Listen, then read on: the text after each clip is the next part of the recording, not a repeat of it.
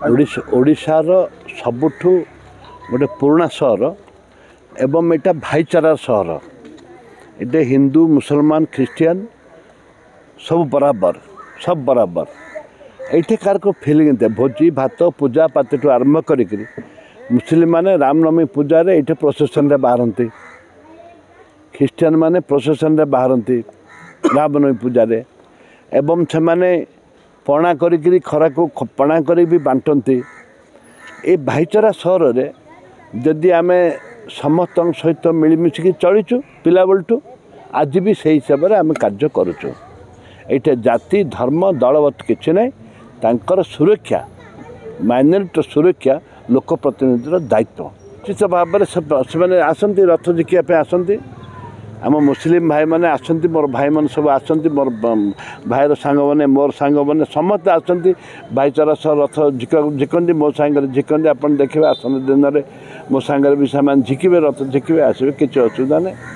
जगन्नाथ हूँ समस्तर जाति धर्म समस्त होते जगन्नाथ समस्त प्रार्थना करती इस पर अल्लाह तेरे नाम सबको सन्मति दे भगवान।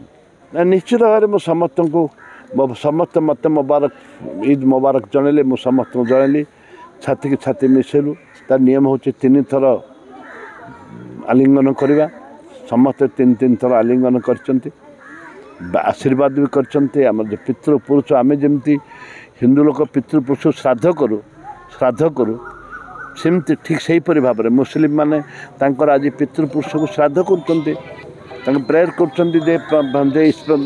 सबुठ बड़ किए बापा माँ हेल्ले सबुठ बड़ पितृपुरुष हेल्ले सबुठ बड़ आज से हिसाब से पितृपुरुष आज डाकुं आम डाकुचु डाकुं सब सामान खाली डेटा भिन्न भिन्न चिंताधारा भिन्न भिन्न। मो ना हूँ नरेंद्र कुमार महांती जयपुर म्युनिसिपालिटी चेयरपर्सन।